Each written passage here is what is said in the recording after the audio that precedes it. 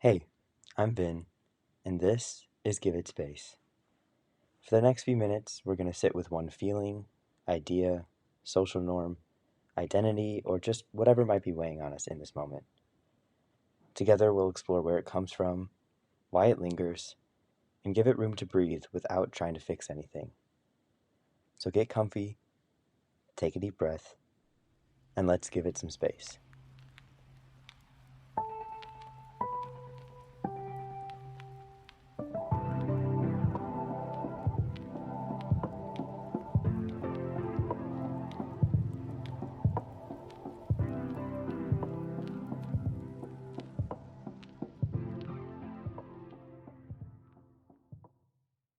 Today's episode is titled The Anger Epidemic. Is Diet a Form of Resistance? And we're back to the dirty, heavy stuff. Sorry. Anger is something that we all feel, even Buddhist monks. The thing is, you have to have really fucked up in order to get Buddhist monks to be doing a walk for peace in the United States, which is exactly why we're here today. What's causing it? Why is it so obvious and intrusive in our daily lives? How does it affect each of us individually? And maybe after understanding our anger better, we can acknowledge the space that it takes up in our own lives and then feel a sense of control over the chaos. But before we get to any of that, I wanted to start by defining anger. Like I said, this is a routine that I get into for each episode, starting by defining the topic. So Merriam-Webster says that anger is a strong feeling of displeasure, a threatening or violent appearance or state. I know I, for one, joke a lot about my anger. It's the testosterone. That's all it is. It's just anger. I'm just an angry man. Blah, blah, blah. Whatever. I tend to minimize it. I ignore it or I let it fester without healthy ways of releasing it. In my family, we call it collecting stamps. Basically, when something bothers you or upsets you or annoys you, that's a stamp. And every time you don't talk to the person that's upsetting you, it's a collected stamp. So me and my sister always talk about this, but like, let's say she said something passive aggressive and it made me upset, and I didn't talk to her about it right away, and instead I just kind of let it sit. That's a stamp collected. And then every time she does something small that bothers me, that's another stamp collected. And every time I don't talk to her about it, I collect more stamps until eventually it could be the most minor thing she does. It pisses me off so much that all of these collected stamps have added up, and I just blow up at her because I haven't been communicating my issues. I haven't been resolving the anger. I've just been letting it fester. So I think about my anger as something I need to act on, either by listening to heavy rage music in the car or working out and getting my heart rate up. Whatever the moment calls for, I just move forward, not thinking about the why behind my anger. I feel it and then I get rid of it or push it down and save it for later. But it's important to understand that there are pros to anger, to feeling anger. It motivates us, it triggers action, and anger has often been the thing that keeps us alive. I like to use the Incredible Hulk as an example, specifically Mark Ruffalo's Incredible Hulk from the Avengers movies. His anger, or Dr. Bruce Banner's anger, is separated and contained within the Hulk. So the Hulk is its own entity, and it's like the physical personified version of Dr. Banner's anger. His anger is the Hulk. It is in the Hulk. It's a big green giant monster that just wants to smash everything in its way. It's interesting because in one of the movies, I think Tony Stark asks Bruce and is just like, what makes you angry? Or how do you get angry? Or how do you release the Hulk? I don't remember. And he just goes, oh, well, I'm always angry. And I think that's really interesting. And it's truer now more than ever for each person individually. Like, as the movies progress, as Dr. Banner's character progresses, as the Hulk progresses, we start to see Dr. Banner become more afraid of the Hulk and in turn more afraid of his emotions. So he controls himself, he locks himself up, he shuts those feelings inside, he becomes afraid of his anger, and then inevitably the Hulk just takes over and we don't see Dr. Banner again for a good hot minute. And that encompasses exactly what anger can do to a person if left unchecked. It bubbles inside you until you hit a breaking point, and then your Hulk comes out, and good luck everybody else, basically. But I've obviously personally don't see my anger as a Hulk. Like, it's not that destructive. We fear what we don't understand. So if what we understand the least gets us all wound up and angry, then it can lead to something really serious. And that serious thing is something called wrath. Wrath is what unproductive anger looks like. It's violent, vengeful, hateful. It isn't a protective, temporary emotion like anger is. It's prolonged and destructive. Now, I won't list all of them, but here are some things that make me feel angry right now: uncertainty, lack of control, cyberbullying, corporate greed, insufficient living wages, political violence, Proud Boys, ICE agents, the dumb fucks that corrupt our country every day, the Epstein files, the climate crisis, the attack on trans people. I think you catch my drift. Maybe some of these sound familiar to my first episode on fear. Everything is always connected. Literally. Again, fear is what we don't understand, the anticipation of danger, concern, or anxiety. So everything that makes me angry made me scared first. Anger follows fear, and wrath follows anger. And it's just circle of life. Like I said in my last episode, everything is always connected. I think we know what makes us angry, but why? Why does it seem like you walk outside and the vibes are just off everywhere? Or even online, it's all fear mongering, division, and anger left and right. People seem so quick to attack one another, both verbally and physically. Comment sections are filled with microaggressions and hateful words. Even at work or in the grocery store, people are rude and short tempered and judgmental. I feel like it's so rare to see a genuine smile from a stranger nowadays. And I'm so sick of the white boy smiles. Like, I know you're judging me internally, so either smile or don't smile. But I'm also a culprit because I do the white boy smile all the time, so I'm not really one to talk. In order to better understand, I did some research and found an article from Psychology Today called Diffusing Armageddon: Why Are So Many Americans Angry? Author Scott Anderson talks about how news and social media use our fear and anger to drive up engagement, because there's more money to be made pitting us against one another than anything else, which makes me angry. Anyways, he talks about a phenomenon called nut picking. Don't make it inappropriate. Basically, it's where one side finds the craziest characters from the other side and uses them to spark disruption and movement. The best examples that I've heard in today's day and age, it's like those trigger words that you always hear.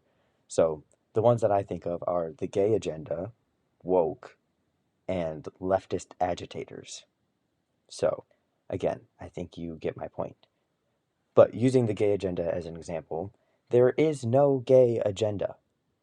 But you take one example of a gay person seeking equal marriage rights, advocating for proper pronoun usage, and all of a sudden it's an agenda to criminalize heterosexual relationships, and all gay people identify as cats or helicopters or some shit, and they want us all to be trans and kiss men and wear fursuits, which, to be honest, doesn't sound all that bad to me.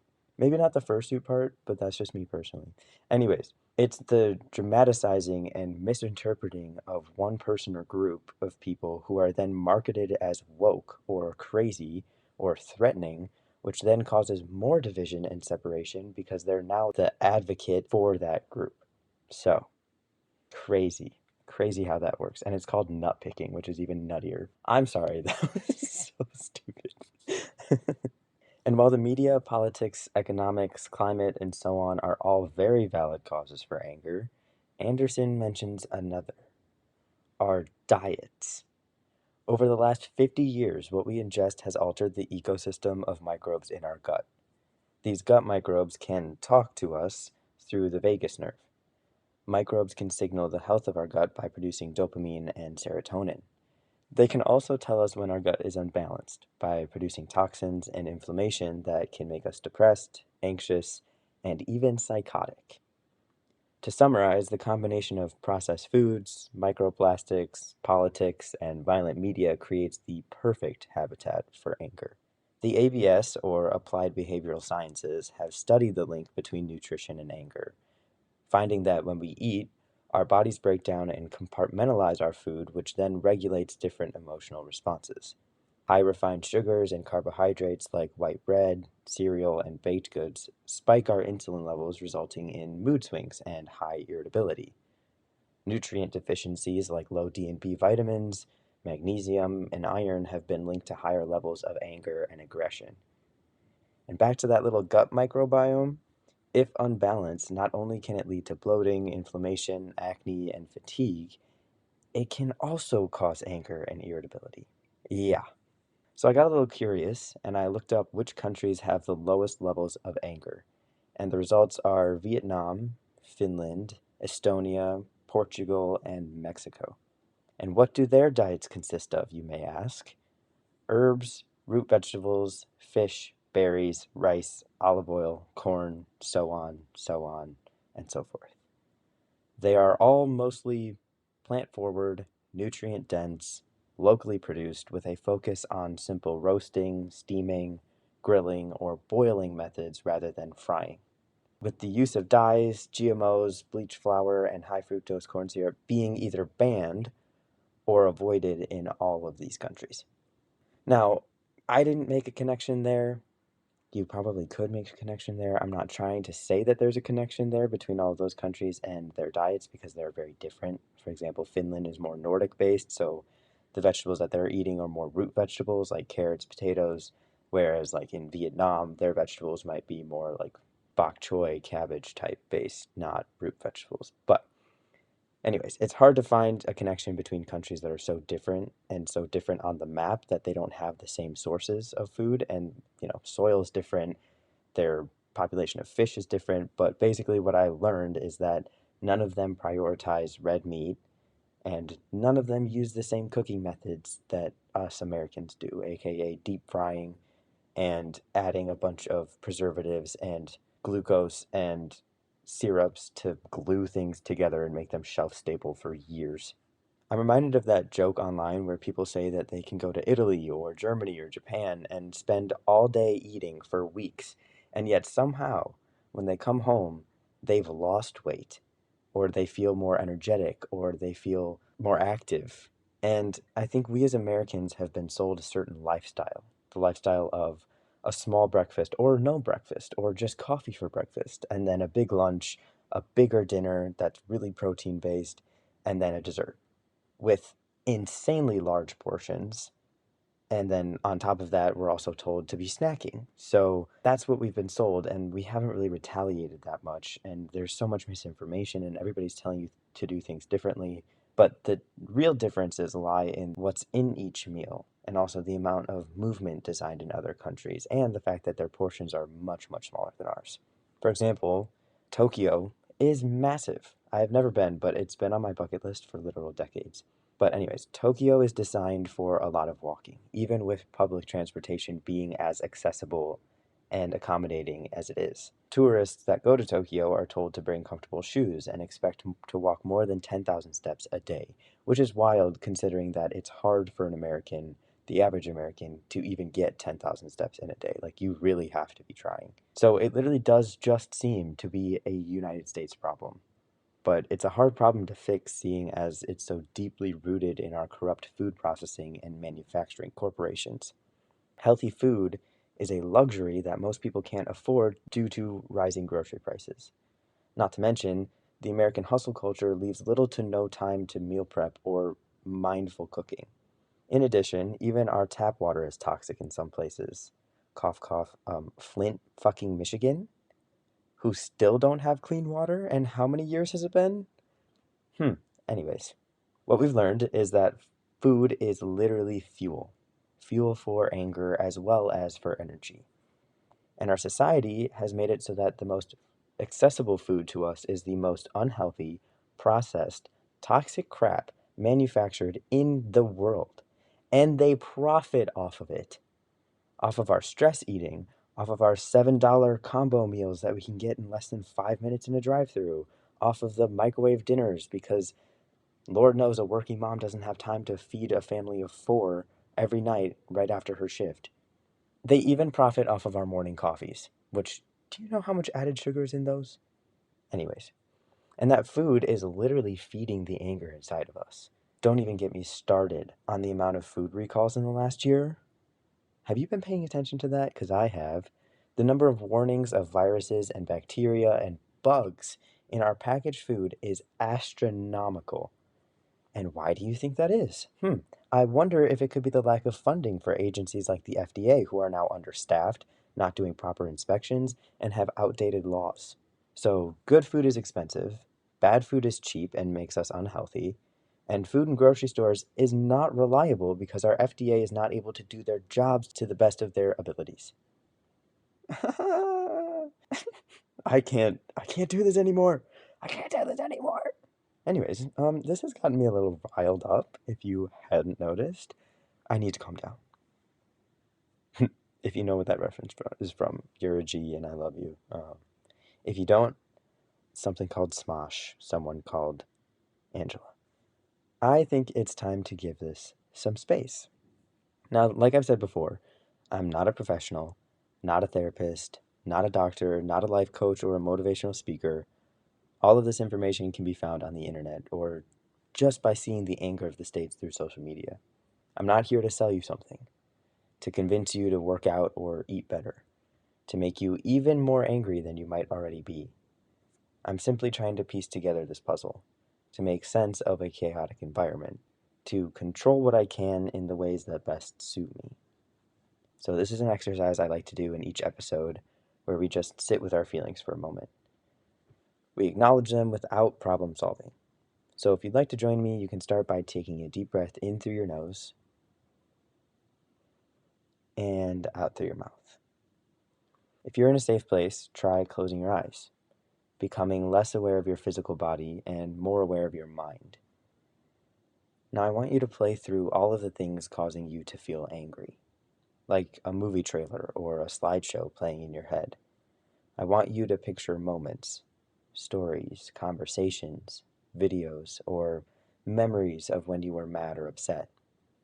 Maybe it's from seeing violence online, hearing hateful words that were said to you, recalling an argument, whatever you associate with anger.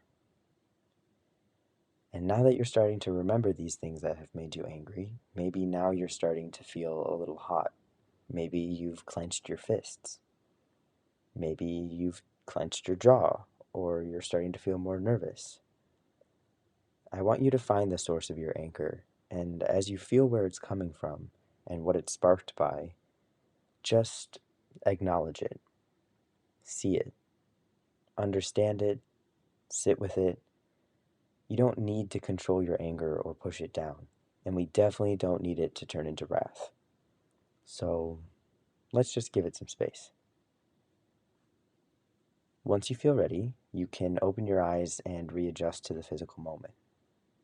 Knowing that my emotions, my reactions, my movements are being monitored and influenced by the corruption overtaking politics, economics, schools, neighborhoods, countries, climate, and even our own households, our own minds, I can't help but feel like I need to do something about it. And maybe some of you feel the same way. Maybe some of you are just like, I don't know what the fuck this guy is talking about, but whatever. It's like that one influencer or celebrity online who continuously does cringy or morally wrong things for likes. I'm sure all of you are picturing someone in your head right now. I have someone in my head right now. The problem is that we all know that they do it for attention, for likes, and that they get paid with each view and comment and repost. And we can't help but watch and poke fun at it because it's entertaining. But what if we stopped entertaining it? What if we just kept scrolling and didn't comment? What if we didn't feed into the system, to the algorithm? Especially now, too much is going on in our daily lives that makes us angry, that makes us feel helpless. But like a train wreck, we just can't stop engaging with it. We can't stop looking at it. We play right into the hands of our oppressors. They want us to be angry, to get violent, to feel weak and hopeless. But what if we stopped listening to the nut picking? What if we acknowledge that we are all angry and that anger is likely directed at and caused by the same 1% of people in power? We don't hate each other. We're not as opposite as we're made to believe. What if we stopped letting ourselves be angry and instead built community, strengthened our bodies and minds, decentralized the doom scroll, and prioritized space? Think of it this way. If you knew that a zombie apocalypse was going to happen a year from now and you wanted to survive, I got to preface by saying that because some people are like, oh, if the zombie apocalypse happens, I'm just going to die right away. I'm going to kill myself. Especially if it's, oh my God, I hear this conversation all the time. If it's the zombies from World War Z, I am out of here before it even starts. No way. You will not see me with fast fucking zombies. No, thank you. If it's the clickers from The Last of Us, same thing. I don't want no spore head ass looking at me, running at me, making noise at me. No, thank you. But if it's like the Walking Dead zombies, I could handle that. Beat that bull with a bat. Smack. Anyways, if you wanted to survive, you would physically prepare. You'd gather food, you'd build shelter, you'd make weapons. Yeah, those are all important, but you would probably start to work out more. You would build your stamina for running and jumping and fighting and lifting. You'd probably learn how to forage for food or hunt wild game and prepare it, since we all know eventually a truckload of Little Debbie's or a grocery store aisle of canned goods will run out. You'd stock up on books and journals to enrich your mind. Maybe you'd find some music and keep that with you. You'd keep your family close and build community. It is no different here. Take away the zombie apocalypse. Those are all really important key things for us to be doing in our daily lives in order to make sure that we are mentally and physically in control of ourselves. But again, I'm not here to tell you what to do or to fix your problems for you. Everyone deals with anger in their own ways. Some people go for a run. Some put on boxing gloves and beat the shit out of someone else. Some people turn to drugs and alcohol, and some people just do nothing. I won't tell you what path is right or wrong because I genuinely don't think there is a right or wrong path, or just one solution. But we've allowed ourselves to look inward. We've seen the anger inside of us, separated ourselves from our inner hulks, and given our anger space to exist. So, what you do with your anger from this moment on is up to you. I know I, for one, feel motivated to cleanse my gut, nourish my body, and give my mind a break from the chaos. Find community, those that I can lean on a little bit. And maybe even practice my fireman carry runs in case I need to carry somebody I love out of a bad situation. Not that that's happening. I'm not manifesting that. I'll leave you with this. The best form of protest, of defiance, is your physical and mental health. When all else feels out of control, only you can choose what the next step you take will be. Thank you so much for listening. I'm grateful that you're here. This is Give It Space, your virtual room to slow down, breathe, and just be for a moment. If you want to support this podcast and me, you can get updates and sneak peeks into upcoming episodes on Instagram at Give It Space Pod, which has a link in the bio where you'll find a TikTok and Patreon listed. I'm always happy to hear your feedback or thoughts for future topics, so shoot me an email at giveitspacepod@gmail.com. I'm your host, Vin, and I'll see you next time.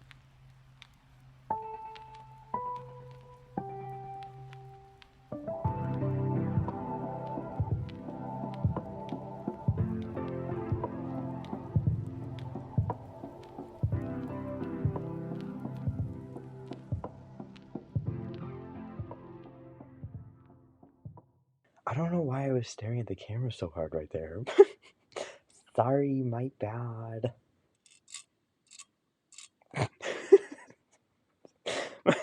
My nose ring makes a noise. Today's episode is titled The Anger if I could say it. I didn't really understand why it's called the anger epidemic. Oh my god, that's going to be a problem if I can't say anger epidemic. Sorry, I have to breathe. Okay, anyways. They can also tell us when our gut is unbalanced. Whoa. Unbalanced. But I'm reminded that, holy shit. English, my guy. Yeah. I can't be breathing in the microphone. That would be sus. I'll, well. Blah, blah, blah, blah. I